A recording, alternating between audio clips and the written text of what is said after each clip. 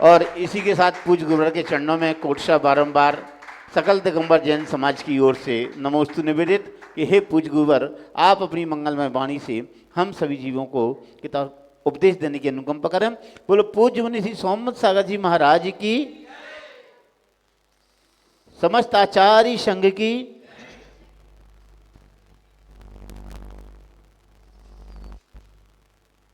भौबीजाङ्कुरजनना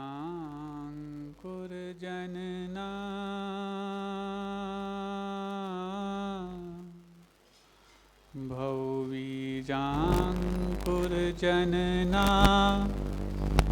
रागाद्याक्षयमुपागता यस्य ब्रह्मा वा विष्णुर्वा हरो जिनो वा नमस्तस्मै। जो विद्यादिसागर सुधी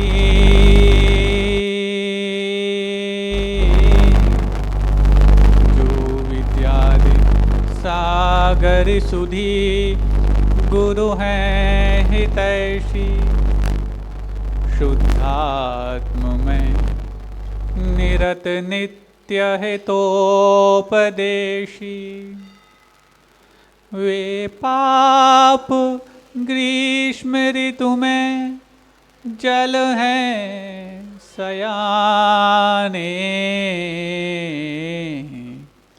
पूजूं उन्हें सतत केवल ज्ञान पाने पूजूं उन्हें सतत केवल ज्ञान पाने। देवादिदेव 1000 श्री वृषभनाथ भगवान की, परम पूज्य आचार्य परमेष्ठी गुरुदेव श्री विद्यासागर जी महामुनिराज की, पूज्य आचार्य श्री समय सागर जी महाराज की, नगर गौरव त्रय मुनिराजों की, 3 कम 9 करोड़ मुनिराजों की।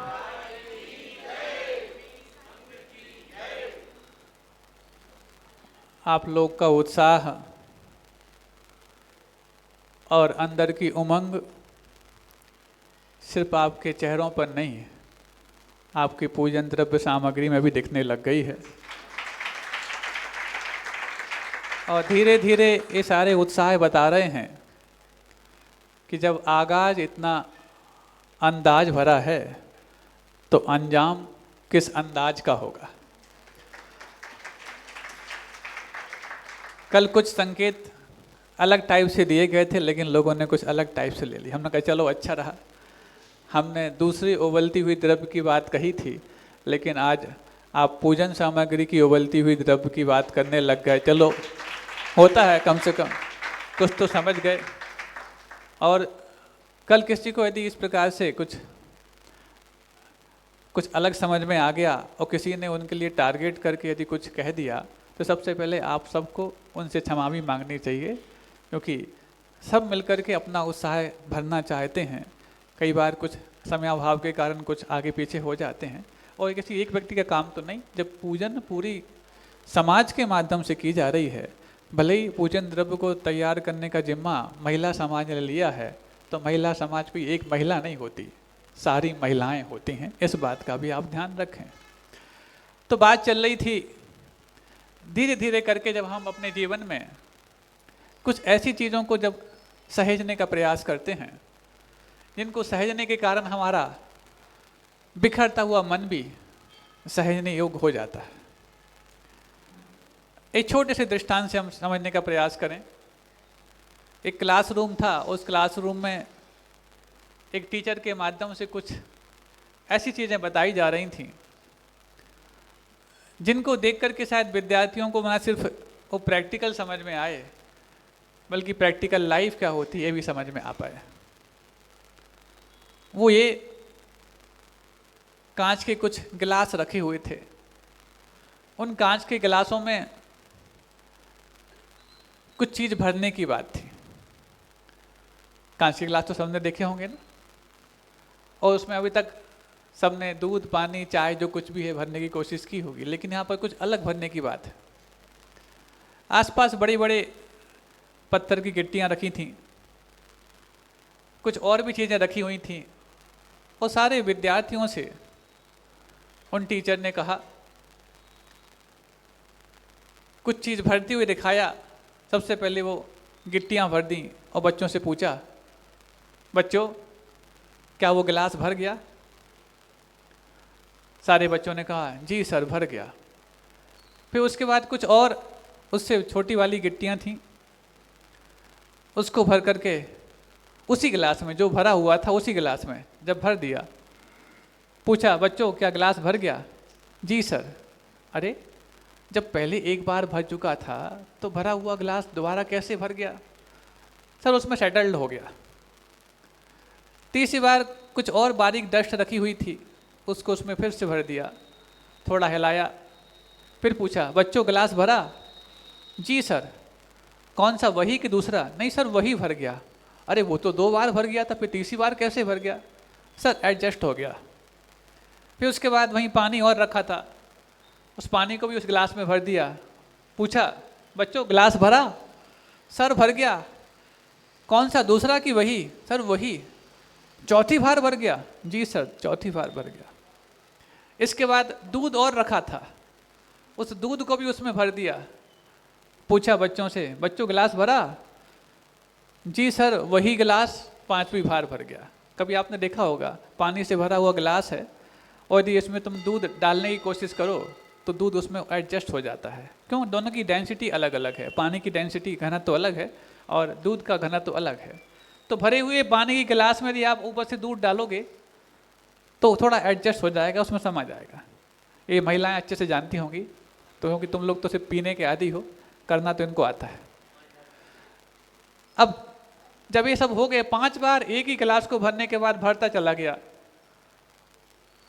अब बच्चों से पूछा गया, बच्चों, वो टीचर उन बच्चों से पूछ रहा है और यहाँ पर गुरुदेव अपन सबसे पूछ रहे हैं।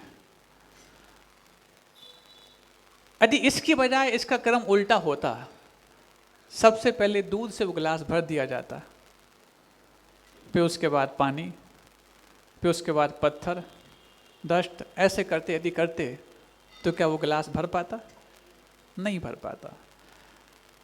यदि सही क्रम से वो गिलास भरा जाए तो उसमें और भरने की गुंजाइश बची रहती है, बनी रहती है। और यदि बाकी जो ऊपर से भरी गई हैं वो निकल भी जाएं तो आप रीते नहीं पाते, भरे हुए पाए जाते हैं। हमारे जीवन के गिलास की भी यही एक उदाहरण के माध्यम से समझने वाली चीज़ है। हम किन चीज़ों से अपने जीवन को पहले भर रहे हैं? कहीं उन चीज़ों से तो नहीं भर डाला हमने जिसके भरने के बाद बाकी सबके समाने की गुंजाइश खत्म हो गई हो। और यदि उसके बाद डाल भी दिया जाए तो जिससे हम पहले भरे थे वो निकलने लायक हो गया हो। यदि हमने सही तरीके से भरा हो तो बाकी सबकी भी गुंजाइश बची रहेगी, और बाकी जो बाद में भरी वो सब निकल भी जाएं तो भी हम खाली नहीं, भरे हुए पाए जाएंगे। अब हमें एनालाइज करना है कि सबसे पहले हमने किन चीज़ों से अपने जीवन के गिलास को भर डाला है। उन तरल चीज़ों से तो नहीं भर डाला जो सिर्फ बहती रहती हैं। आपने देखा, एक 2 प्रकार की असेट्स होती हैं, एक फिक्स्ड असेट्स होती है और एक लिक्विड असेट्स होती है, यानी कि चल संपत्ति और अचल संपत्ति। यदि हमने चल संपत्ति से भर डाला, ये सब चल संपत्ति है, भले ही तुम जमीन को अचल संपत्ति बोलते हो, हम तो उसको भी चल मानते हैं। आज तुम्हारे नाम पर है, कल दूसरे के नाम पर होता, तुम मानते रहे कि हमारे नाम से रजिस्ट्री है, लेकिन पता नहीं किसके नाम से हो चुकी होती है। जब आप कब्जा लेने जाते हो तो पता पड़ा कि दूसरे नाम से हो चुका है, इसलिए वो भी अचल नहीं, वो भी चल है। तो कहीं ऐसा तो नहीं लिक्विड असेट्स के माध्यम से तुमने अपने जीवन के गिलास को पहले भर दिया हो, और लिक्विड असेट्स के माध्यम से भर लिया है, चाहे वो रुपया पैसा हो, चाहे मकान जायदाद हो, चाहे खेती बाड़ी हो, चाहे प्रॉपर्टी हो, चाहे रियल एस्टेट हो। हमें समझ में नहीं आया कि रियल एस्टेट क्यों बोलते हैं। रियल एस्टेट यदि उसको बोलते जो पूज्य गुरुदेव आचार्य विद्यासागर जी महाराज को प्राप्त हुई, तब तो वो रियल है। और तुम रियल भी नहीं और नारियल भी नहीं, ऐसे एस्टेट को तुम अपनी आप की संपत्ति मानते रहते हो, वो सबसे ज़्यादा घोटाले उसी रियल एस्टेट में होते हैं। उसको रियल मान के चल रहे हो तो ठीक ऐसा ही है, तुमने सबसे पहले अपने गिलास को उस लिक्विड से भर डाला है जिसके भरने के बाद कुछ भी समाने की गुंजाइश नहीं बच पाती।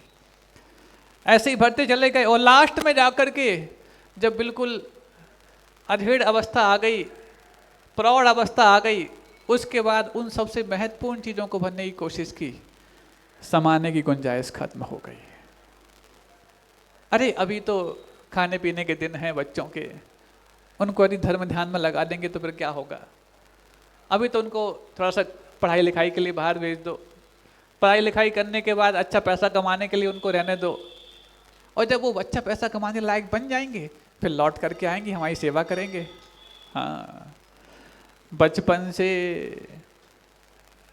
40-50 वर्ष तक का बेटा हो गया, कभी तुम्हारी सेवा की आदत उसको लगी नहीं, और जब तुम 70-80 साल के हो जाओ और फिर उम्मीद करो कि बेटा तुम्हारा सेवा करने वापस लौट करके आएगा। वो जिसकी सेवा करता रहा वो उसको छोड़े तब तो, और वो किसी प्रकार से जिसकी सेवा करने के बाद कुछ और सोचने की सोचा, तब तक ऐसी समस्याएं आ गई कि वो सेवा करने लायक नहीं बचा। सुन रहे हो आप लोग? थोड़ा सा आगे आ जाओ, और अब जो भी आएगा पीछे से होकर के आएगा, थोड़ा सा आगे खसक के आ जाओ।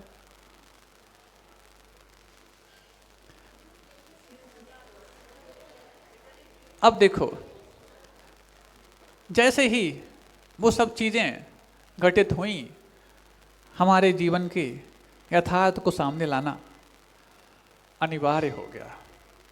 जैसे अंधकार में पदार्थ दिखाई नहीं देता, वैसे कई बार अहंकार में यथार्थ दिखाई नहीं देता, और कई बार हमारा ये अहंकार बन जाता है कि हम जो कर रहे हैं वो ठीक कर रहे हैं ना।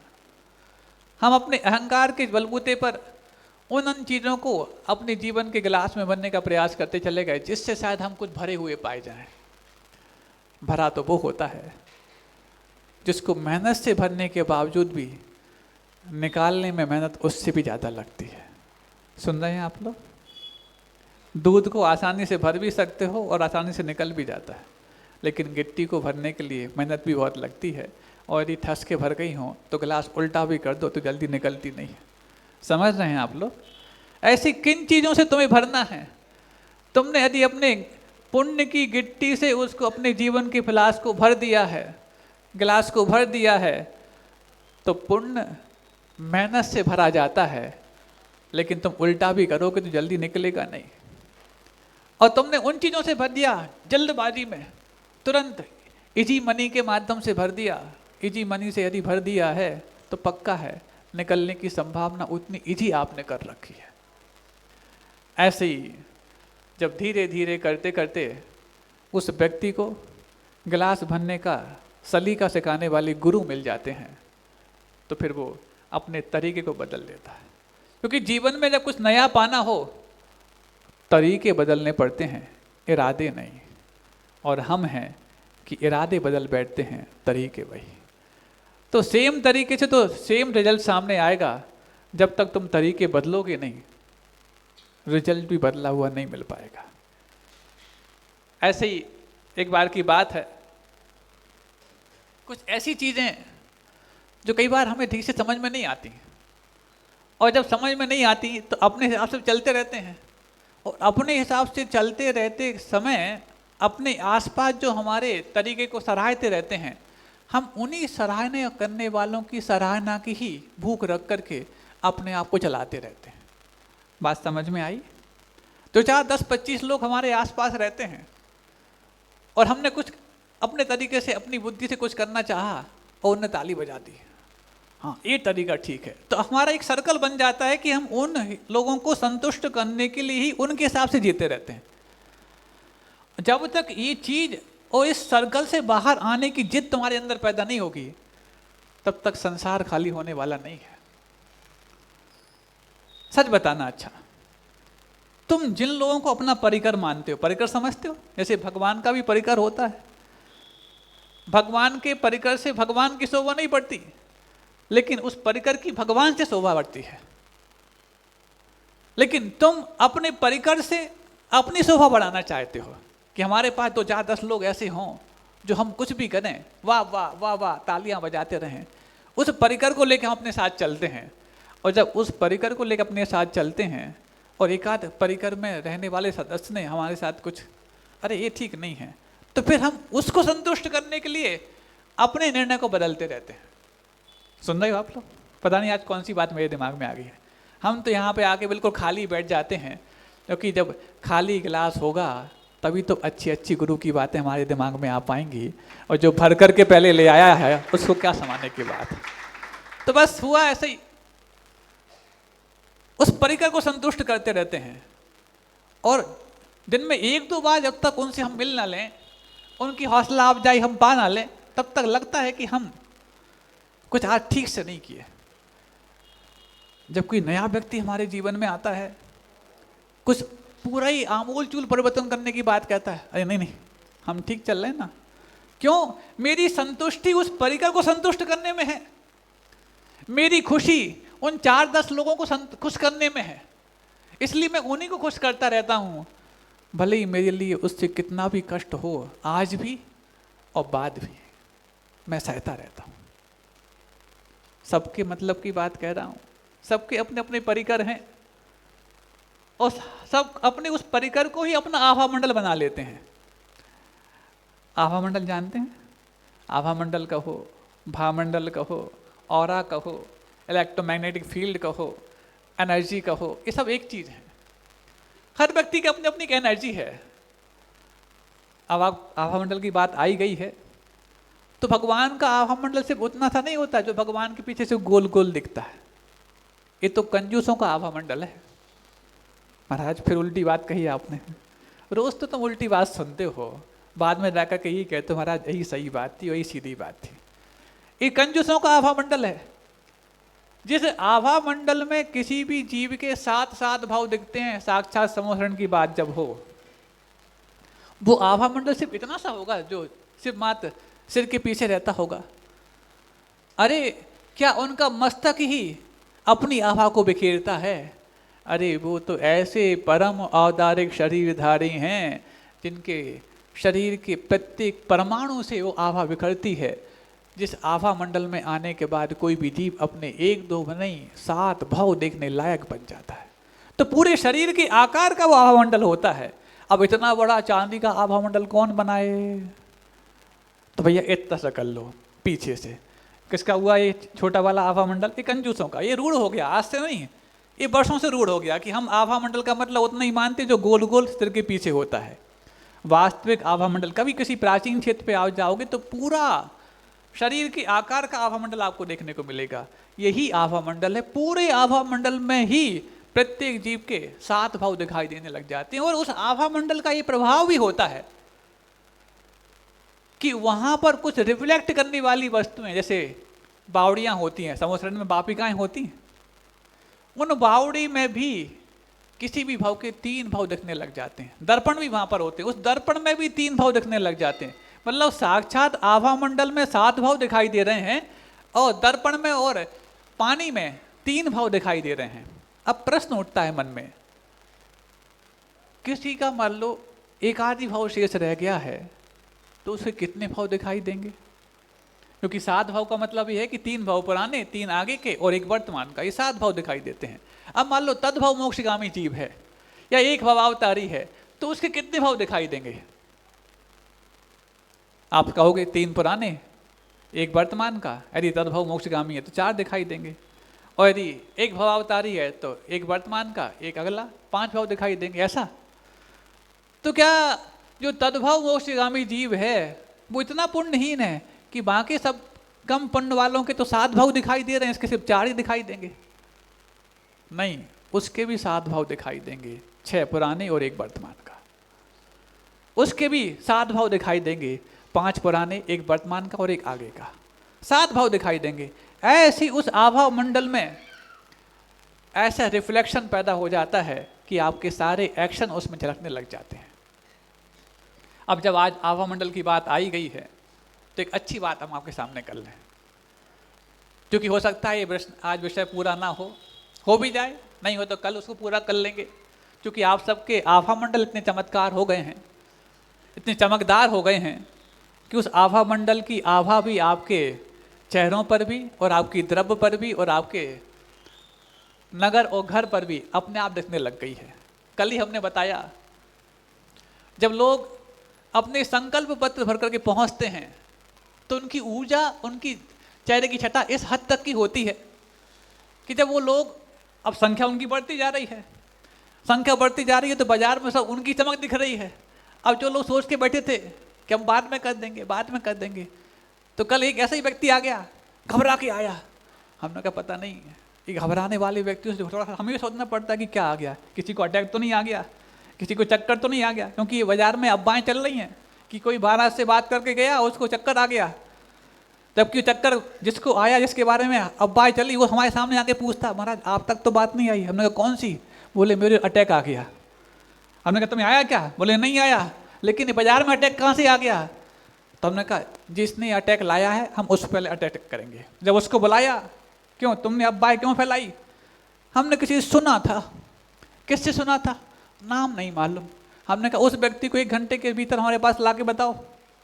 हाँ महाराज जी। तो हमने कहा ढूंढो ही किसको, जब तुम्हें नाम ही नहीं मालूम तो कौन को लेकर आओगे? एक तरफ बोल रहा है कि 1 घंटे के भीतर उस व्यक्ति को लेकर आएंगे। हमने कहा नाम तो बताओ। बोले नाम नहीं मालूम। तो बिना नाम के तुम किसको पकड़ के लेकर आओगे? जब 2 घंटे बाद लौट कर आया, महाराज किसी ने कुछ नहीं कहा था, हमने ये अफवाह फैलाई थी 2 व्यक्तियों के बारे में। अब यदि उसका नाम ले दो तो, लेकिन साधु की मर्यादा है कि मंच से किसी के नाम को बदनाम नहीं करता, लेकिन उसकी भी मर्यादा होनी चाहिए कि वो किसी के लिए उसके उत्साह में बाधक ना बने। तो एक कल व्यक्ति आ गया, घबरा करके पसीना पसीना हो रहा था। हमने कहा पता नहीं इसको तो नहीं आ गया कुछ। फिर हमने दिमाग पर जोर डाला, इससे तो हमने बात की नहीं है, इसको तो आने सकता नहीं है। अब वो आगे क्या बोलता, बोले महाराज पूरे बाजार में सब सीना तान के फैल रहे हैं, ऐसे लग रहा है जैसे मुक्त आकाश में कोई पंछी आनंद लेता है। मैं ही दुबक करके अपने घर में बैठा था, मुझे अपने आप को अपराधी जैसा महसूस हो रहा है। जल्दी मेरा संकल्प पत्र भरवा दो। हमने कहा वहाँ रखा, पूछ लो। उसने जैसे ही उनसे मांगा, सबसे पहले उसमें अपनी राशि भरी, बाद में नाम भरेंगे। और जैसी राशि भरी, शांति का अनुभव हो गया। हमने कहा बताओ, जब दान करने के बाद लोगों को शांति अनुभव होने लग जाए, यही तो उस तीर्थ के अतिशय हैं कि जो अभी तक छुप करके बैठे थे अब वो खुल करके सामने आने लग गए। ऐसे जब दृष्टांत सामने आने लग जाते हैं तब लगता है कि गुरुदेव का आशीर्वाद वाकई में अब हद तक हम सबकी जद में आ चुका है। तो आभा मंडल की बात हम कर रहे थे। ये ऐसे आभा मंडल है। एक बार की बात, क्योंकि आभा मंडल को मापने की एक मशीन भी आती है, कई प्रकार की मशीन होती हैं। एक एनर्जी रीडिंग मीटर होता है जिससे किसी भी व्यक्ति की एनर्जी मापी जाती है। एक क्रेयॉन फोटोग्राफी होती है। वैसे फोटोग्राफी आप करते हैं कैमरे के माध्यम से, उसमें तो आपका हूबहू आकार आता है, लेकिन क्रेयॉन फोटोग्राफी ऐसी होती है जिसमें आपका चेहरा या आपका आकार नहीं आता, उसमें सिर्फ आपके कलर्स आते हैं, आपके ऑरा आता है। मल्टी कलर्स में भी ऑरा आता है और कम कलर्स में भी आता है, लाइटनिंग वाला भी आता है और डिम लाइट वाला भी आता है। अब जिसके जैसे विचार हैं, उस विचार के आधार पर उसका आभा मंडल बनकर के उस मशीन में गिरफ्त में आ चुका होता है। तो एक क्रेयॉन फोटोग्राफी है। अब जिसके मल्टी कलर्स में यदि आभा मंडल आ रहा है तो समझ जाइए उसका नेगेटिव ऑरा है। जिसके कम कलर्स में, सिंगल कलर में आ रहा है और लाइट कलर में आता है, उसका बहुत पॉजिटिव ऑरा है। ऑरा समझते, मतलब आभा मंडल, इंग्लिश में उसको ऑरा बोलते हैं, हिंदी में आभा मंडल बोलते हैं। मतलब उसका एक तेज, उसकी एक कांति, आपकी भाषा में समझने के लिए। ये सब मशीनों के माध्यम से पकड़ने वाली चीजें हो गई हैं। भगवान का आभा मंडल भी है, इंसान का आभा मंडल भी है, जीव का आभा मंडल भी है, तो निर्जीव का आभा मंडल भी है। लेकिन निर्जीव वस्तुओं का आभा मंडल फिक्स रहता है, एक बार जो है वो सेम रहेगा। जीवों का आभा मंडल उनके भावों के हिसाब से चेंज होता रहता है। आप कब कैसे भाव कर रहे हैं, उस समय यदि आपका आभा मंडल देखा जाए तो अलग अलग चेंज होता हुआ दिखता है वो। एक बार की बात, जब चिकनगुनिया फैला था सबको मालूम है महाराज, मालूम क्या है, अभी तक उसके दंश भोग रहे हैं। जब बादल होते हैं तो बताते जाते हैं कि चिकन भी था, वो गुनिया भी था। तो अब उस समय एक क्षुल्लक जी थे, उनको भी चिकनगुनिया हो गया, क्योंकि रोग तो किसी भी हो सकता है, साधु को भी हो सकता है। तो उस समय चूंकि काफ़ी पीड़ा होती है चिकनगुनिया के बुखार में, तो उस समय उनका उस क्लियन फोटोग्राफी के माध्यम से आभा मंडल देखा गया, तो मल्टी कलर्स में आया। मतलब उनके अंदर विचार थोड़े से ऐसे हो रहे हैं कि पीड़ा से कराए रहे हैं। पीड़ा तो किसी की हो सकती है, जब पीड़ा चिंतन नाम का आर्त ध्यान छठे गुण स्थान पर भी हो सकता है, फिर तो पंचम गुण स्थान के अधिकारी हैं क्षुल्लक जी महाराज। और जब वो 2 महीने बाद स्वस्थ होने के बाद अपनी साधना में वैसे ही उत्साह के साथ लग गए, जब उनका ऑरा देखा गया तो सिंगल कलर्स में आया और बहुत लाइटेड आया। मतलब उस मशीन ने भी बता दिया कि अब इस साधक ने 2 महीने के भीतर अपनी साधना के कई सोपान चढ़ चुका है, चढ़ लिए हैं। अब हर व्यक्ति का अपना ऑरा है, आप लोग का भी होता है, साधुओं का भी ऑरा होता है। एक और ADAS करके एडवांस डिजिटल ऑरा स्कैनिंग एक मशीन और आती है। आप लोग को बात समझ में आ रही है? आप लोग के मतलब कि हम बोल रहे हैं, नहीं समझ में आए तो हिंदी में बोल देंगे और आपकी ठेठ भाषा में बोल देंगे। अब देखो ADAS करके एडवांस डिजिटल ऑरा स्कैनिंग एक मशीन है, इसके माध्यम से ऑरा स्कैन किया जाता है। गोमटेश्वर बाहुबली भगवान का जब ऑरा स्कैन किया गया उस मशीन के माध्यम से, तो वो अपने कार के पीछे डिग्गी में रख करके मशीन लेके चला गया और कई किलोमीटर दूर तक पहुंच गया, उसका आभामंडल खत्म नहीं हुआ। मतलब इतने किलोमीटर दूर तक भी गोमटेश्वर बाहुबली भगवान की प्रतिमा एनर्जाइज रहती है। तब पता लगाया कि किस शिल्पी ने जब इसका निर्माण किया और जिन आचार्य भगवान ने इसमें सूर्य मंत्र दिया होगा, वो कितने अपने आप में तपस्वी तेजस्वी होंगे कि उनकी विशुद्धि का प्रभाव आज 1000 वर्ष बाद भी इतना तेजस को लेकर के बना हुआ है। अब हर व्यक्ति का अपना ऑरा है, इंसानों का भी ऑरा है। और जो भी ये ऑरा स्कैन करते हैं, आपने कभी देखा होगा कि वो कॉपर रॉड के माध्यम से भी, आपकी कोई वास्तुविद हैं वो एल शेप की कॉपर रॉड लिए रहते हैं, वो मूव करती है, आपका स्वास्थ्य भी ऑरा मेजर करते हैं और आपका ऑरा भी मेजर करते हैं वो। और उन लोगों का ये मंतव्य है कि एक आम व्यक्ति जिसका अच्छा ऑरा हो, 25 से 30 फुट तक और उसका ऑरा पाया जा सकता है, ऐसा उनकी धारणा है। चाहे वो ADAS के माध्यम से मापें, चाहे क्लियन फोटोग्राफी के माध्यम से मापें, चाहे वो कॉपर रॉड के माध्यम से मापें, या एनर्जी रीडिंग मीटर होता है उससे मापें, लगभग 25 से 30 फीट तक किसी व्यक्ति का एक्सट्रीम ऑरा होता है। सुनना, वो तथ्य की बात हम कहने जा रहे हैं, हम विषयांतर नहीं जा रहे हैं, वापस विषय पर लौट कर आएंगे, वो उसी विषय पर लौट कर आएंगे जिसको आपकी प्रतीक्षा है। तो एक बार ऐसे एक व्यक्ति संघ में भी आए, गुरुदेव के संघ में। हम लोग उस समय गुरुदेव के साथ ही थे, आज भी हैं। तो उन्होंने मापने की कोशिश की, क्योंकि हम लोग तो इस सब चीज़ में ज़्यादा इन्वॉल्व होते नहीं, लेकिन हम लोग मान लो सामायिक में बैठे हैं या स्वाध्याय कर रहे हैं, उन्होंने ऑरा मापा तो काफ़ी हतप्रभ थे और प्रसन्न थे कि अभी तक मैंने किसी इंसान में इतनी दूरी तक का और इतना पॉजिटिव ऑरा नहीं देखा।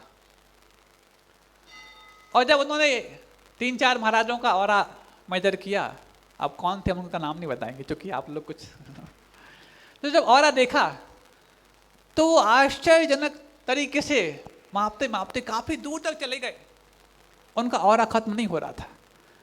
और उन्होंने ये मापते ही, अभी सिर्फ मात्र गुरुदेव के शिष्यों की बात मात्र थी कि कई मीटर दूर पहुंच गए। वैसे आम आदमी का एक्सट्रीम पॉजिटिव ऑरा होता है तो 20-25 फीट तक होता है, वो कई मीटर दूर तक पहुंच गए, उन मुनिराज का ऑरा खत्म नहीं हुआ। अब उनको लगा कि जब इनके शिष्यों का इतना ऑरा है, इतना ज़बरदस्त और पावरफुल है, तो इनके गुरु का कितना होगा। अब गुरु जी तो जल्दी हाथ आने वाले हैं नहीं। किस्मत की बात थी कि गर्मी का समय था, गुरु जी खुले में सामायिक कर रहे थे, उनको मौका मिल गया होगा।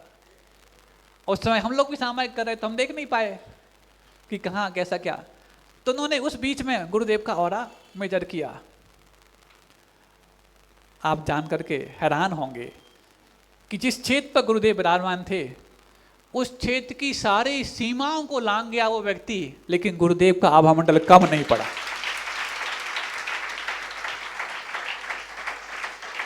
अब आपसे पूछना चाहते हैं कि जो आपकी तालियां हैं वो किस चीज के लिए हैं?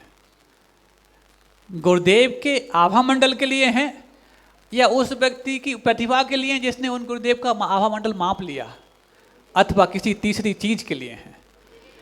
इन दोनों के लिए भी हैं तो भी हम आपकी तालियों की कोई प्रशंसा नहीं करेंगे। यदि तीसरी चीज के लिए हैं कि दुनिया के सबसे सशक्त आभा मंडलधारी गुरुदेव और उनका पूरा संघ जब 11 दिन तक तुम्हारे धरा पर रहा हो और इतने बड़े तीर्थ क्षेत्र के आशीर्वाद के रूप में उन्होंने अपना समय दिया हो, जब उस तीर्थ क्षेत्र का निर्माण तुम करोगे तो तुम्हारे जीवन और तुम्हारे घर और तुम्हारे परिवार और तुम्हारे भविष्य की आभा कितनी नहीं बिखरेगी। यदि तुम्हें यह विश्वास हो जाए तो कोई बड़ी बात नहीं, 28 तारीख तो बाद में आएगी, सबके स्वीकृति पत्र पहले भर जाएंगे। और ये विश्वास जितना तुम लोगों को हुआ है उससे भी ज़्यादा भारतवासियों को हो चुका है और उससे भी ज़्यादा अमेरिका वासियों को हो चुका है। तब तो जाकर के उन लोग के खुले दिल से दान आ रहे हैं और प्रतिदिन एक एक नए नए उदाहरण और कीर्तिमान आप लोग की समाज से निकल करके आ रहे हैं। एक तो हमने आपको बता ही दिया, कल शाम को कुछ हमने जिक्र किए थे। और धीरे धीरे करते सोचो, जिन लोगों ने बड़ी मुश्किल से अपने भाव बनाए कि सब बना रहे हैं, मुझे भी बनाना चाहिए और मुझे भी बनाना चाहिए, ऐसे भाव बना करके कैसे भी करके मेहनत करेंगे और इस लक्ष्य को पूरा करने के लिए हम कमाएंगे। क्योंकि अब ये तो सब हर व्यक्ति को पता लग गई ये बात कि अभी तक जो हम दान करते थे, हम कमाते थे, उसमें से कुछ बचा करके दान करते थे, दान से पुण्य कमाते थे और कमाई से पाप कमाते थे। क्योंकि कमाई आपके लिए काय के लिए होती थी? परिवार के लिए, व्यापार के लिए, प्रॉपर्टी के लिए, दवाई के लिए, पढ़ाई के लिए। ये सब सांसारिक कार्य हैं और सांसारिक कार्यों के लिए यदि तुम कमाओगे तो पुण्य तो नहीं कमेगा, पाप ही कमेगा। हाँ, उसमें से कुछ बचा करके दान करोगे तो पुण्य अवश्य कमाओगे। तो अभी तक आपकी आउटगोइंग कमाई वाली थी या पुण्य वाली थी, लेकिन तुम्हारी इनकमिंग पुण्य वाली नहीं बनी थी। जब धीरे धीरे लोगों को विश्वास होने लग गया है कि हम जब बड़ा लक्ष्य रखेंगे और उस बड़े लक्ष्य को पूरा करने के लिए कमाएंगे तो हमारी इनकमिंग यानी कमाई भी पुण्यमय होगी और हमारी आउटगोइंग यानी दान में हमारा पुण्यमय होगा। और जब इनकमिंग और आउटगोइंग दोनों पुण्यमय हो जाएंगी तब हमारी गृहस्थी की गाड़ी ऐसी रफ्तार पकड़ेगी जैसी रफ्तार तो आज किसी एरोप्लेन में भी नहीं है। ऐसा लोग समझने लग गए। तो ऐसे एक सज्जन थे, उन सज्जन ने भी सोचा नहीं, अब हम थोड़ा लक्ष्य लेकर के, थोड़ी समय सीमा लेकर के एक बड़ा लक्ष्य लेना चाहते हैं, उसको हम कमाएंगे। क्योंकि हर व्यक्ति की अपनी अपनी पारिवारिक व्यवस्थाएं होती हैं, उतार चढ़ाव हर व्यक्ति के जीवन में आते हैं, लेकिन चढ़ाव के समय भी उन्होंने अच्छा काम किया, उतार के समय भी अच्छा सोचा है और लक्ष्य ले लिया, समय सीमा ले ली और समय सीमा ले ली, खुश होकर के ले गए, आशीर्वाद पाके गए, लेकिन फिर भी एक लक्ष्य तो है कि मुझे इसको पूरा करना है और जो समय सीमा ली उसके पहले पूरा करना है। अब देखो चमत्कार, आपको लगता है कि बड़ा लक्ष्य लेने के बाद हम मेहनत करेंगे और हम जाकर के उसको पूरा करेंगे। तुमने लक्ष्य लिया है और अच्छे मन से लिया है तो तुम्हारे लिए स्वर्ग के देवता नहीं, घर के लोग भी देवता बन करके सामने आ जाएंगे। और हुआ ऐसा, 2 दिन पहले ही उन्होंने स्वीकृति प्रदान की थी कमेटी वालों के लिए।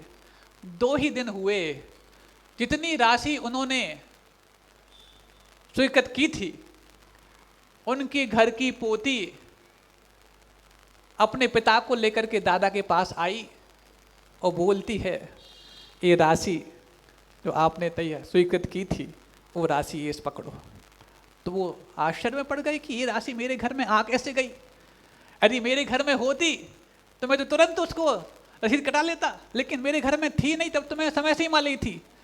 अब देखो वो पोती बोलती है, दादाजी, हम सुन रहे थे, हम भी सुन रहे थे, दादा भी सुन रहे थे, दादाजी मैंने अपनी पढ़ाई के लिए इकट्ठा किया था, पापा भी इकट्ठा करते जा रहे थे, तो जैसे ही मैंने सुना, मैंने बीच में बोला, मैंने कहा बेटा अभी ऐसा नहीं, आपके पास समय सीमा है, दादा सब कर देंगे, पापा सब कर देंगे, आप पहले पढ़ाई पे खर्च करो।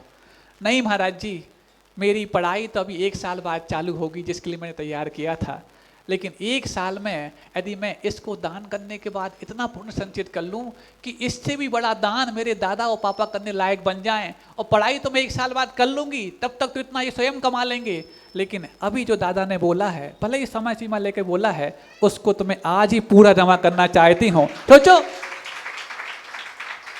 समस्याएं तुम साधु के सामने लेकर के आओ और समाधान करने वाले तुम्हारे घर में ही तैयार हो जाएं। यही तो अतिशय क्षेत्र के अतिशय का परिणाम है जो प्रतिदिन तुम्हारे घरों में पैदा होने लग गया। धन है ऐसे लोग जिनके परिवार के संस्कार, जिनके स्वयं के संस्कार और जिनके बच्चों के संस्कार इतने उन्नत होते चले गए हैं। हमें लगता है ये उन्नति तो उनके घर में पुराने पहले से थी, लेकिन इस उन्नति को उद्घाटित होने का समय तब आया है जब पूज्य गुरुदेव का आशीर्वाद बढ़ चढ़ करके मानसून के रूप के आपके रूप में परस करके आने लग गया। ये मानसून है, ये आशीर्वाद का मानसून है। अरे वो मानसून तो 1 दिन गिरता है, 2 दिन शांति रखता है, लेकिन यहाँ पर तो आशीर्वाद का मानसून ऐसा है, एक पल भी शांत नहीं रहता, दिन में भी बरसता है, दोपहर में भी बरसता है और रात में भी बरसता रहता है। ऐसा जब अतिशयों का मानसून घनघोर घटाओं के साथ आ चुका है तो अब किसी को चिंता करने की बात नहीं। हम बीच में बात और बताएंगे, तो अभी तो हम आभा मंडल की बात कर रहे हैं। हर व्यक्ति का अपना आभा मंडल है और हर व्यक्ति अपने आभा मंडल के साथ जीता भी रहता है। पॉजिटिव भी होता है, नेगेटिव भी होता है। नेगेटिव आभा मंडल होता भी है, लेकिन कई बार जब पॉजिटिव चीज़ें सामने होती हैं तो उसको परास्त भी कर देता है। लेकिन जब नेगेटिव आभा मंडल बढ़ चढ़ के सामने आ जाए तो पॉजिटिविटी को कई बार परास्त होना पड़ता है। ये मुठभेड़ चलती रहती है हमारे जीवन में, और कई बार उतार चढ़ावों के बीच में उस शतरंज की गोट को जब हम सहेजने की कोशिश करते हैं, संभालने की कोशिश करते हैं। शतरंज देखा है आप लोगों ने? महाराज खेला भी है। तुम क्या चेस खेलोगे? आज के जितने चेस के ग्रैंड मास्टर हैं, चाहे विश्वनाथन आनंद हो, चाहे कोई कास्परोव हो, कारापोव हो, कोई भी हो, ये क्या शतरंज खेलेंगे जो बचपन में विद्याधर ने शतरंज खेला है और अच्छों को सुपर कंप्यूटर के भांति परास्त किया है।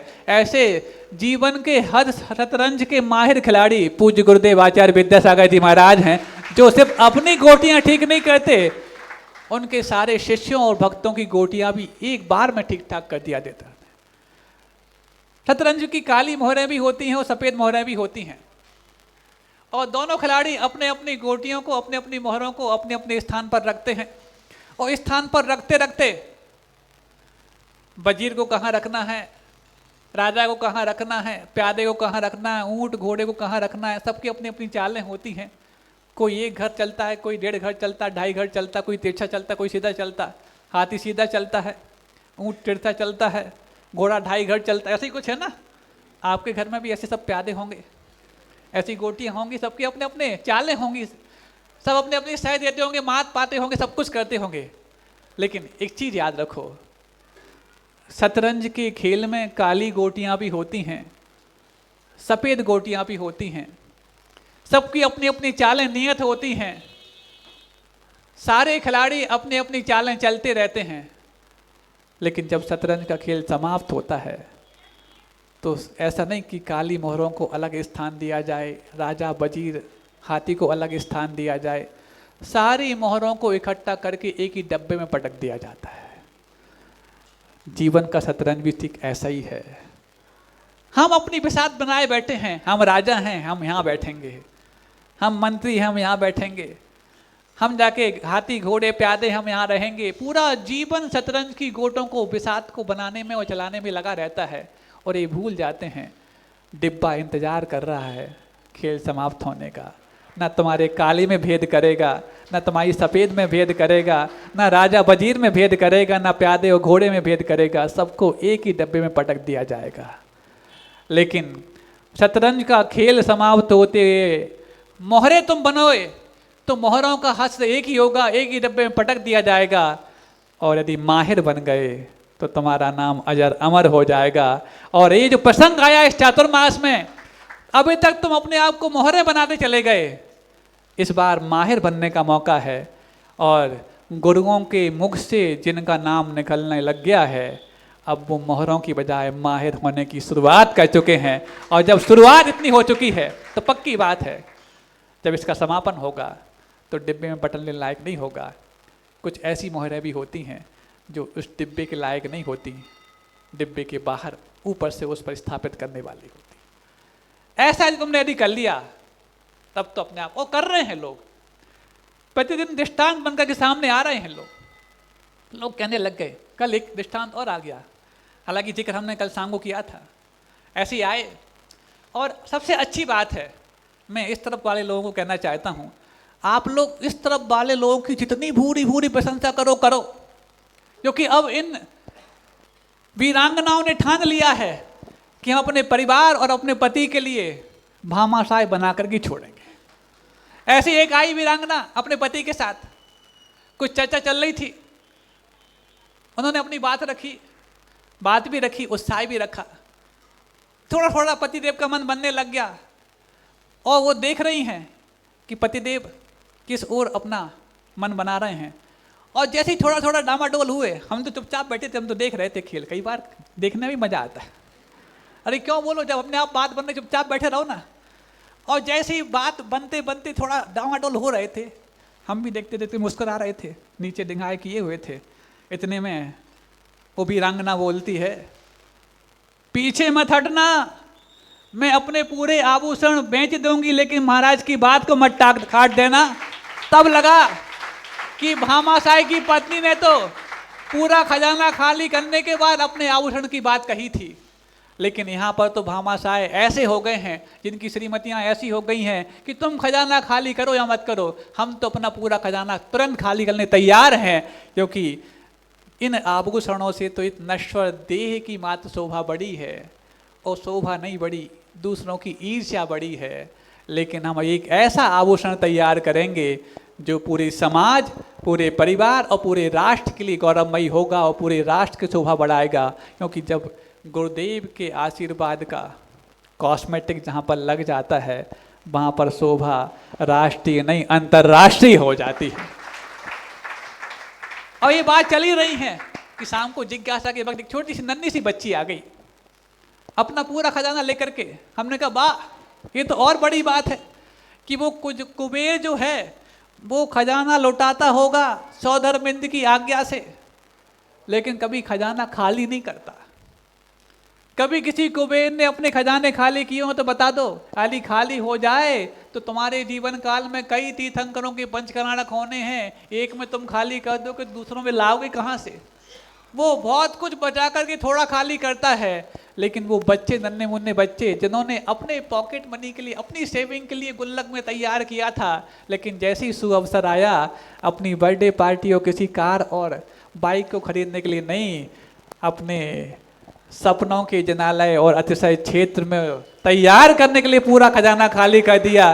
तब लगा कि कुबेर से भी बढ़कर के ये बच्चे हो गए हैं कि वो तो खजाने में बहुत कुछ बचाता है, लौटाता है, लेकिन ये तो पूरा अपना खजाना लेकर के ही आ गए कि लगा दो, क्योंकि अब अतिशय सर चढ़ के बोलने लग गया है और बढ़ चढ़ करके बोलने लग गया है। ऐसी सब बातें तब होने लग गई हैं। अब लोगों की होड़ लग गई। अब सिर्फ 2 दिन बीच में है, हालांकि उसके बाद भी बात चलती रहेगी, लेकिन लोग चाहते हैं कि जब 28 तारीख को दुनिया के सामने आने वाली बात है तो क्यों ना हमारा नाम जल्दी संकल्प पत्र में आ जाए। लेकिन हमारे पास समय कम बढ़ने लग गया। संकल्प पत्र लोग भरने लग गए। कई बार तो हालांकि दूसरी तरह से भर जाते हैं, जब उनको बुलाया जाता है तो फिर वो ठीक भी हो जाते हैं। तो ये संकल्प पत्र मात्र संकल्प पत्र नहीं है, ये कागज के पन्ने नहीं है और तुम्हारी स्याही के सिग्नेचर नहीं है। ये तो वो हस्ताक्षर हैं जो परमात्मा की कंपनी के बॉन्ड भरने वालों को भी नसीब नहीं होते, और जिन्होंने परमात्मा की कंपनी में अपने शेयर ले लिए हों उनके भाव कभी नीचे नहीं होते। ऐसे संकल्प पत्र हैं। और तुमने कई सारे और शेयर बॉन्ड्स खरीदे होंगे, खरीदने के बाद उतार चढ़ाव आए होंगे, लेकिन एक बार परमात्मा की कंपनी का शेयर लेके कोशिश करना, कभी डाउन हो जाए तो चैलेंज करना, क्योंकि अभी तक तो आपके चैलेंजेस अस्पतालों और अदालतों में होते रहे, लेकिन आप चेंज नहीं हो पाए। एक बार परमात्मा की कंपनी के शेयर होल्डर बन जाना, तुम भी चेंज हो जाओगे और चैलेंज करने की कभी बात जीवन में आएगी ही नहीं। एक के बाद एक अपने आप में। अब हमें लगता है कि इन लोग की बात को मैं प्रवचन में रखूं कि जो मैं अपनी बात रखना चाहता हूं वो रखूं, लेकिन जब व्यक्ति का पुण्य बढ़ने लग जाता है तो जो शब्द इंटरव्यू देने मेरे लिए दिमाग पे आते हैं, कुछ शब्द कहते मुझे पहले बोल दो, दूसरा बोलता मुझे पहले बोल दो। मैं सोचता हूँ शांत रहो, मैं सबको बोलूँगा लेकिन पहले उसको बोल दूँ जो पुण्यशाली के शब्द हैं। तुम्हें तो पुरुषार्थ के माध्यम से कभी भी बोला जा सकता है, लेकिन पुण्यशाली के जो शब्द होते हैं वो सबसे पहले इंटरव्यू में पास हो जाते हैं और सबसे पहले मेरे मुख से निकल जाते हैं। अब तो हम बात कर रहे थे आभा मंडल की, मत समझना कि विषयांतर हो गए। जिंतु नेमगिरी के पार्श्वनाथ भगवान और नेमिनाथ भगवान का आभा मंडल, इतना जबरदस्त आभा मंडल, जो छोटी छोटी गुफाओं में से होकर के जब वहां भीतर पहुंचते हैं, अब पहुंचते हैं तो ऐसे भव्य भगवान, खाते पीते घर के। सुन रहे हो, तुम लोग जिम करने के बावजूद भी शायद कट्स एप्स नहीं बना पाते होंगे, वो जिन होकर के भी ऐसे एप्स बना करके बैठे हैं, लेकिन वो अपने ऐप को छोड़ करके बैठे हैं, और तुम ऐप्स बना करके भी अपने ऐप को छोड़ नहीं पाते। बात समझ में आ रही है महाराज? पूरी समझ में आ जाती है। आप जल्दी जल्दी बोलते बोलते पता नहीं और क्या बोल जाते हैं जो हमें खटक जाती है। हाँ, बोलना तो हम वही चाहते जो आपको खटक जाए, लेकिन बोलना आपके लिए यदि आपकी भलाई के लिए कारण बनता है तब लगता है कि बोलना सार्थक भी हो गया है और बन रहा है। तो जब उन आभा मंडल में पहुंचे, हमने परसों तक बात ये पूरी की थी कि जैसे ही वहाँ से दर्शन करके बाहर निकल करके आए, पूज्य विशाल सागर जी, धवल सागर महाराज जी आ गए, और 2 दिन बाद पूज्य वीर सागर निर्यापक श्रमण महाराज आ गए अपने सत्संग के साथ।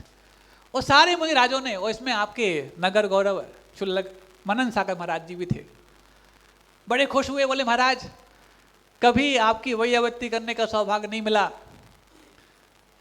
संघ में जब आप थे आप कराते नहीं थे, और फिर दीक्षित हो गए, हम महाराज जी के संघ में शामिल हो गए, तो आपसे फिर मिलना बहुत पल 2 पल के लिए होता था। इस बार अच्छी सेवा करेंगे, मेरी वैयावृत्ति की भावना पूरी हो जाएगी। मैंने कहा भाई ऐसी भावना दोबारा मत भाना, तुम्हें यदि वैयावृत्ति करना था तो मुझसे पहले बोल देते, मैं इकट्ठी करवा लेता, लेकिन ऐसी नहीं। तो हालांकि वो भी, उन्होंने भी अपने आप में बहुत कौतूहल में लिया। हमने कहा कोई बात नहीं, अच्छे भाव हैं महाराज। अब देखो इतने सारे महाराज थे और मैं अन्ना सा वहाँ पर कितनी सेवा कराऊं।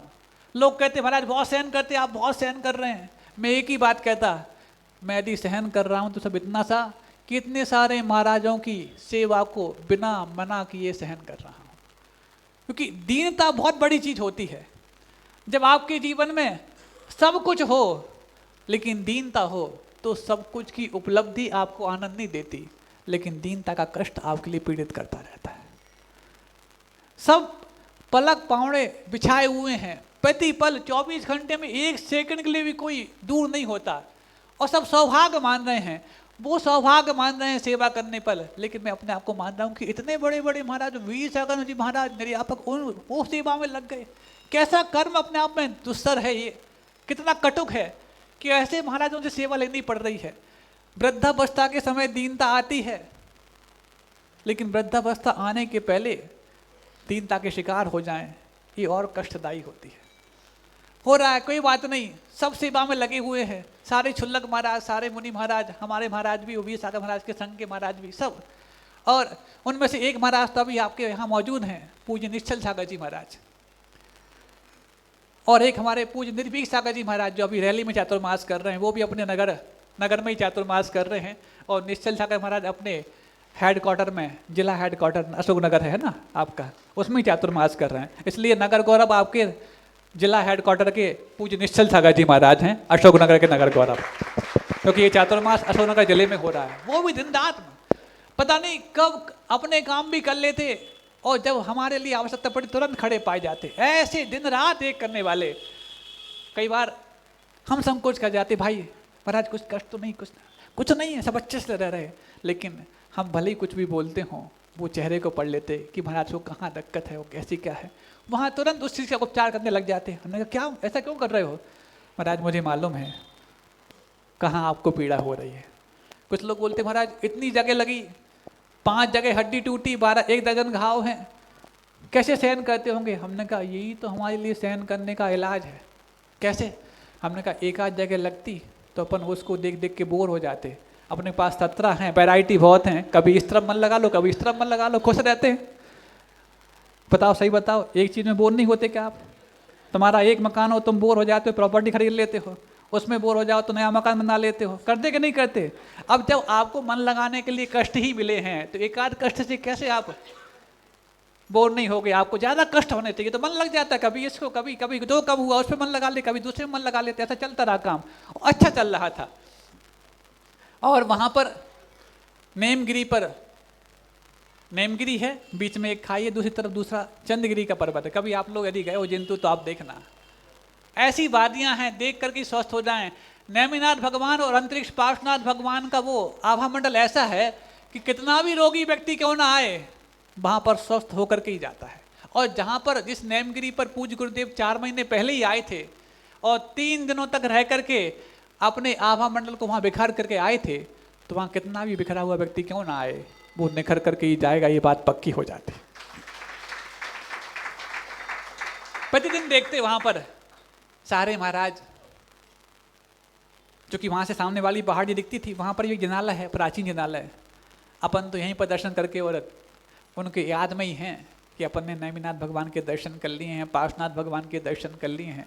सारे महाराज रोज जाते होंगे, ऐसे भव्य बिंबों की दर्शन करते होंगे, अकृत्रिम बिंब लगते हैं, इतने विशाल, इतनी छोटी सी गुफा में जब इतना विशाल बिंब हो तो ऐसा लगता है कि गर्दन आपकी ऐसी बस चरणों को झुकें कि आपका माथा को देखें। और जब देखते कि सामने वाली पहाड़ी पर प्रतिदिन महाराज लोग जा रहे हैं, छुल्लक महाराज लोग जा रहे हैं, एक ही चीज़ सोचते रहते, वो दिन कब आएगा जब हम भी सामने वाली पहाड़ी के दर्शन करने के लिए जाएंगे। उनको देख के अनुमोदना करते, धन्य है, इनका पुण्य भी सलामत है और इनके पैर भी सलामत हैं। और एक अपन है, पुण्य भी जवाब दे रहा है और पैर भी जवाब दे बैठे हैं। लेकिन गुरुदेव के आशीर्वाद पर विश्वास है, जो जवाब देने वाले पैर हैं, जो जवाब देने वाला पुण्य है, एक दिन गुरुदेव का आशीर्वाद उनको भी जवाब दे देगा। 1-1.5 महीना हुआ, 1-1.5 महीना हुआ, बीच में उत्कृष्ट सागर जी महाराज, चूँकि जब हमारी चर्या होती थी उस समय सारे महाराज हमारे पास होते थे, लेकिन पूज्य उत्कृष्ट सागर जी महाराज चूँकि वयोवृद्ध हैं, हमें उनसे निवेदन किया, महाराज प्लीज़ आप तो निकल जाया करो, यहाँ हम निकलेंगे वहाँ पर आप, ताकि लोग बट जाएंगे तो अच्छा, नहीं तो एकदम यहाँ भीड़ हो जाती है। सावक लोग आपको वहाँ आहार दे लेंगे और यहाँ देख लेंगे, क्योंकि देने को सबको मिलता नहीं था, मिलता था लेकिन फिर भी सबको आसानी से नहीं मिलता था। तो वो हमारे निवेदन को स्वीकार करके चर्या पर निकल जाते, और जब तक हमारा आहार होता उस समय वो भी लौट कर आते और आकर के थोड़ा सा मानसिक वैयावृत्ति हैं, उनके पास इतने अनुभव हैं, 80-82 साल का अनुभव बहुत होता है। आधी उम्र के व्यक्ति को यदि दुगनी उम्र का व्यक्ति मिल जाए और बिल्कुल ऐसे खुल मिल करके, ऐसा नहीं कि इतनी बड़ा जनरेशन गैप है तो गुरुदेव की कई सत्संग सुनाते, आपस के सुनाते, और उनका जो एक कौतुक वाला स्वभाव है, अंदर से वैराग्य दृढ़ है, लेकिन बाद में ऐसे अपना मनोरंजन करते हैं कि भोजन करने के बाद कोई यदि हंसी ठहाका लगाने वाला मिल जाए तो पाचन भी अच्छे से हो जाए और पुण्य भी अच्छे से बढ़ जाए, करते थे। अब जब 1-8 महीना हो गया, अब उन लोग तो विहार कर रहे दक्षिण की ओर, हम लोग भी कर रहे थे। पहले हम लोग आगे आगे चल रहे थे, वो लोग, उनका संग पीछे आ रहा था, लेकिन एक घटना घट गई तो अब दोनों साथ में आ गए हैं, अब उनको विहार भी करना है। हमें लगने लगा कि थोड़ा सा अब बहुत दिन हो गए हैं, धीरे धीरे स्वास्थ्य में अपने सुधार भी हो रहा है, लेकिन इतना नहीं हुआ। तो एक बार बीच में हमने कह दिया, उन्होंने कहा महाराज एक निवेदन है, आप लोग के मन में ये संकोच हो रहा होगा कि हम कैसे कहें कि हम जाना है, लेकिन मैं आपको संकोच मुक्त करता हूँ कि अभी 15 दिन तो और नहीं जाना है, अभी 15 दिन और नहीं जाना है। तो अब बस जब कह दिया तो फिर कुछ वाली बात है ही नहीं है। इस बीच में जब हमने कह दिया 15 दिन और नहीं जाना, 1.5 महीना लगभग होने को है, और लगने लगा कि अब मुझे ही कहना पड़ेगा, महाराज जी आपने बहुत सेवा कर ली है और गर्मी भी बढ़ रही है, बिहार करना है तो कहीं उनको दिक्कत ना हो जाए। तो एक बार मैंने महाराज जी से भावना रखी, 20 सागर महाराज से, हमने कहा महाराज जी आपके आने के पहले मैंने रिस्क ले करके और यहाँ के मंदिरों की वंदना तो कर ली, लेकिन सामने वाली पहाड़ी पे मैं वंदना करना चाहता हूँ।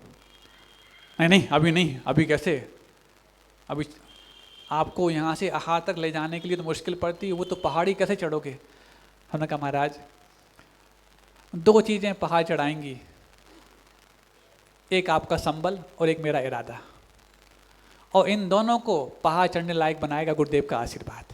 बस ये 3 चीज़ मेरे लिए काम बन जाएंगे। देखो तुम बातें अच्छी कर लेते हो मुझे मालूम है, लेकिन अभी परिस्थिति ऐसी नहीं है। हमने कहा महाराज अब आप शायद चले जाओगे, उसके बाद मैं जाऊंगा तो पूरी रिस्क मेरे ऊपर आ जाएगी कि हम अपनी मर्जी से चला गया ये, लेकिन आपके साथ जाएंगे तो बड़ों का साथ होता है, तो बच्चे तो अपने आप बच ही जाते हैं, और हम कह देंगे कि हम तो महाराज के साथ गए थे। नहीं नहीं अभी नहीं।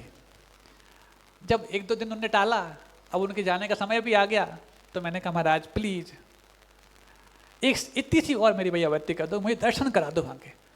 देखो अब धीरे धीरे स्वस्थ हो रहे हो ना, 2-3 महीने और लगेंगे, स्वस्थ हो जाओगे, फिर तुम स्वयं कर लोगे। महाराज 2-3 महीने 1.5 महीने से मैं देख रहा हूँ आप लोग रोज जाते, दिन में 2 बार जाते हैं। हम आप लोग को देख के अनुमोदना करते रहते, बस एक बार तो करा दो, देख तो दो कि हम क्या है। देखते हैं। और दूसरी बार उन्होंने मना नहीं किया। हमने चलो कभी बात तो बन गई। ये भी भगवान नेमिनाथ के आवामंडल का प्रभाव है कि हमारे पूज्य बड़े महाराज निर्यापक श्रमण वीर सागर जी महाराज, जो हमारे दीक्षा के मूल नायक महाराज भी थे, उन्होंने मना नहीं किया। देखते हैं ऐसा अनुभव वचन बोल दिया, अपन खुश। अब देखो पहले दिन महाराज लोग सुबह सुबह अपने हमें तैयार करने के बाद, तैयार मतलब कि कंघी नहीं करना है मतलब जो भी आवश्यक चीज़ें हैं उनको करने के बाद, पाठ है, स्तुति है, भक्ति है, और भी नित्य क्रियाएं, इनसे फ्री होने के बाद जंगल जाते थे नीचे जहाँ खाई है वहाँ पर। अब एक दिन सोचा हमने, उस समय तक अपन सहारा लेके चलना शुरू कर दिए थे कुछ कदम।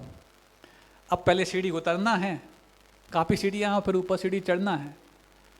जिनने देखा उनको अच्छे से समझ में आ जाएगा। काफ़ी गहरी नीचे खाई है, सीढ़ियाँ हैं। अब वो जो 4 पाई है, क्या बोलते हैं उसको, हाँ जो भी आप बोलते हो, 4 पैर उसके और 2 पैर अपने, 6 पैरों से चलना है। वैसे तो साधु को 2 पैर कहाँ रखने हैं ये देख के चलना पड़ता है। अब 6 पैर कहाँ कहाँ रखने के, नीचे जीव जंतु ना आ जाएं, इसको भी देखना है। तो बस धीरे धीरे करके जब नीचे चल रहे, मन बना लिया कि आज जाना है नीचे। किसी महाराज को नहीं मालूम कि इनके दिमाग में आज क्या खुरकुंडी चल रही है। अपन ने तय कर लिया, और एक श्रावक को लेकर के हमने कहा भाई थोड़ा सा टहलना है। तो समझा कि महाराज जी यहीं ऊपर ऊपर थोड़ा टहलेंगे प्रैक्टिस के लिए। टहलते टहलते जैसे सीढ़ी पे पैर रखा, महाराज नीचे नहीं। हमने कहा नहीं थोड़ा सा प्रैक्टिस कर रहे हैं, ऊपर नीचे कितना घुटना मुड़ता है कि नहीं मुड़ता है, ऐसा करते करते। और एक एक करके उससे थोड़ा सा महलाते हुए, अकेला वही था और हम 2 थे, एक आध और 2 या 3 लोग होंगे, बस नीचे नीचे करते करते नीचे तक पहुंच गए। नीचे जैसे ही पहुंचे, महाराज लोग जंगल से लोग, अरे तुम कैसे आ गए नीचे? हमने कहा महाराज अब आ तो गए, अब चढ़ना है, या तो वापस यहाँ चढ़ाओ या फिर सामने उस पर चढ़ाओ, चढ़ना है अब तो वो समझ गए। वकीली दिमाग लगा दिया इसने। अब पूरे में हवा की तरह, बिजली की तरह हवा में खबर फैल गई, महाराज नीचे पहुंच गए। और सारे महाराज इकट्ठे हो गए, छोटे महाराज इकट्ठे हो गए। अब 20 आ गए महाराज, अब मना नहीं कर पा रहे हैं, वो थोड़े से भावुक हो गए हैं। मतलब गुरु जी की छवि जिन महाराज में हमारे साथ वालों में दिखती थी, क्योंकि उस समय वही महाराज, वो भी थोड़ी सी भावुक हो गए। चलो तुम अपने पुरुषार्थ करके नीचे तक तो आ गए हो, अब हम सब मिलकर के ऊपर तक ले जाएंगे। और बड़े उत्साह के साथ, उस दिन जो माहौल था आगवानी से भी बढ़कर के उत्साह भरा था। धीरे धीरे करते एक एक जमाते हुए, बीच में कई बार रख करके उठाते हुए ऊपर जब पहुँचे चंद्रगिरी पर, वहाँ की आबो हवा से हम वापस उस स्थान को देखते जिस स्थान से रोज इस चंद्रगिरी को देखते थे। लगा कि वो जो देवताओं का स्वर्ग है वो तो शायद फीका है, यहाँ पर धरती का स्वर्ग तो यहीं पर उतर करके आ गया। दर्शन कर लिए। दर्शन करने के बाद अब देखो वहाँ इन जिन बिंबों के आभा मंडल का हम यहाँ परिचय देने जा रहे हैं। नेमिनाथ भगवान और पार्श्वनाथ भगवान यहाँ पर नेमगिरी में विराजमान हैं, और वहाँ पर शांतिनाथ, कुंतनाथ, अरनाथ भगवान चंद्रगिरी में विराजमान हैं, और बीच में एक खाई है। और जब वहाँ दोनों जिन बिंबों के आभा मंडल से ये शरीर कुछ चमकदार हुआ, तो गए तो थे सहारा लेकर के, बैठ बैठ करके और उठा उठा करके, लेकिन लौट करके भले ही वो 6 पैर थे मेरे पास, उन 6 पैरों से पूरा अकेला उतर करके भी आया और वापस चढ़ करके भी आया। अभी 2 पैर लायक नहीं हुआ हूँ, अभी 6 पैर लायक हूँ, लेकिन अब इतना तो हो गया हूँ कि सेल्फ डिपेंडेंसी थोड़ी थोड़ी आ रही है। इस बीच में लगने लगा कि इतनी चीज़ जब हो गई है तो शायद अब वीर सागर महाराज जी बिहार करेंगे। इस चीज़ की खुशी है कि गुरुदेव का आशीर्वाद सफल हो गया, लेकिन सफल बनाने में जिन्होंने अहम भूमिका निभाई है अब वो जाने वाले हैं। मैं अपने आप को अंदर से कठोर कर गया कि नहीं, जिन्होंने वापस इस चेहरे पर खुशियां लौटाई हैं, मैं उनको विदाई करते वक्त खुशी खुशी विदाई करूंगा। अब मैंने जिद की, महाराज जब पक्का हो गया कि 16 तारीख को जाने वाले हैं, और जैसी जाने की बात आई, महाराज कहने लगे अब निकलना है। मैंने कहा जी महाराज, और तो उपकार, ऋणी रहूंगा मैं आपका। हाँ ऐसे क्यों बोलते हो? कुछ नहीं, तीनों महाराज, वीर सागर जी, विशाल सागर जी, धवल सागर जी, वो उत्कृष्ट सागर, चारों मुनि महाराज और 5 क्षुल्लक महाराज। अब 1.5 महीने हो गए और किस कष्ट में देखा था और आज कहाँ से कहाँ ला के रख दिए जा रहे हैं। वो बार बार हमारा चेहरा देख रहे हैं, हम खूब मुस्कुरा रहे हैं। अरे क्यों, अपन क्यों कुछ प्रकार से कर रहे हैं? महाराज आपको मैं आगमानी तो नहीं कर पाया था, लेकिन मेरा एक अधिकार मत छीनना, मैं आपकी विदाई करने बाहर तक छोड़ने चलूँगा। नहीं नहीं महाराज देखो, अब इतनी प्रैक्टिस तो हो गई है कि हम पहाड़ भी चढ़ सकते हैं, तो हम बाहर भी चल सकते हैं। वाह, वीर सागर जी कहते बहुत सयाने हो तुम, बहुत ही सयाने हो, मतलब तुमने इसके लिए प्रैक्टिस की थी वहाँ पर कि तुम्हें विदाई करने चलोगे। नहीं महाराज, थोड़ा सा बाहर तक चलेंगे बस। अब वो चूँकि जहाँ संत निवास था वो तलघर में था, गर्मी का समय था, तो संत निवास से बाहर निकलने के लिए चढ़ना पड़ेगा। वो चढ़ो, फिर दर्शन करने के बाद थोड़ा सा जहाँ तक बाहर चौके लगते थे सब महाराजों के, तो वहाँ पर जाने तक मैंने निवेदन किया, महाराज जी बस सिर्फ वहाँ तक छोड़ दूंगा, उसके बाद फिर मैं कुछ नहीं कहूँगा आपसे, नहीं बहुत दूर हो जाएगा, 100 मीटर हो जाएगा। मैंने कहा महाराज 100 ही मीटर तो है, 100 किलोमीटर तो नहीं है। अरे 100 मीटर, अभी तुम्हें 100 कदम चलने में दिक्कत होती, 100 मीटर कैसे जाओगे? महाराज आप हैं ना। बोले हम तो हैं, वापस कैसे आओगे? हमने कहा महाराज है ना, कोई बात नहीं। उन्होंने कहा जी जिद करे हैं और बहुत खुश हैं, बार बार वो सारे महाराज हमारा चेहरा देख रहे हैं, इसके मन पर कुछ मलिनता तो नहीं आ रही, और खुशी खुशी बड़े खुश। बाकी जो हमारे साथ वाले महाराज थोड़े उदास थे कि महाराज जा रहे हैं, बड़े महाराज अभी तक तो इनके जैसे हम चलते थे, अब पूरा सब कुछ उनको निर्णय लेना पड़ेगा, लेकिन हम बहुत खुश हैं ताकि इन लोग को भी किसी प्रकार से कुछ मलिनता ना आए। और छोड़ने के लिए जब वहाँ तक गए, हमने कहा महाराज जी परिक्रमा और लगानी है। नहीं नहीं बहुत हो गया, अब जाओ वापस। नहीं वापस तो जा ही रहे, बस परिक्रमा, मेरे अधिकार को मत छीनो।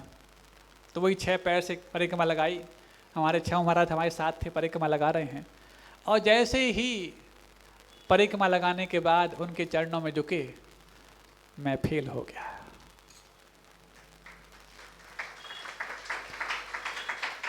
जैसे ही फेल हुआ, आंखों ने पहले विदाई कर दी, मैं बाद में विदाई कर पाया। और जैसी वो विदाई हुई, कोई अपने आप को नहीं रोक पाया। दृश्य कुछ ऐसा था। महाराज से मैंने कहा महाराज अब जब मैं आज यहाँ तक आ ही गया हूँ, तो अब मैं यहाँ तक चर्या के लिए भी आ सकता हूँ। नहीं नहीं ऐसा नहीं महाराज, अब आ तो गए आपके साथ, नहीं एक दिन की बात अलग है, रोज रोज आना बात अलग है। तो महाराज स्वस्थ एक दिन के लिए नहीं होना है, रोज के लिए होना है, और यदि रोज के लिए स्वस्थ होना है तो रोज यहाँ मैं आऊँगा। इतना तक मैं छोड़ता हूँ, समय हो गया है, आगे क्या होता है मैं बताऊँगा। लेकिन ये सारे के सारे चमत्कार गुरुदेव के आभा मंडल से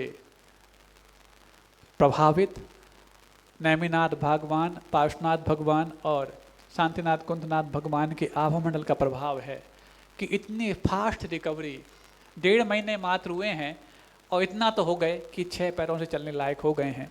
अब 2 पैरों से चलने लायक कैसे होंगे, समय रहे तो बताएंगे। आप सबके जीवन में भी 6 का महत्व बहुत है, पहले भी बताया था। हमारे जीवन में भी छः का महत्व था। जब हम आगवानी तो नहीं कर पाए, लेकिन छः पैरों से पूज्य महाराज की विदाई कर पाए। आप लोग के जीवन में भी छः का महत्व है, आपके आवश्यक भी छः होते हैं। और छठवें का तो बहुत महत्व है, क्योंकि आपके पुण्य का पात्र, उसमें रखी हुई पुण्य को आप तभी संभाल सकते हैं जब छठवां दान का ढक्कन उसमें लग जाता है। लगे इन्हीं भावनाओं के साथ अहिंसा परमो धर्म की जय।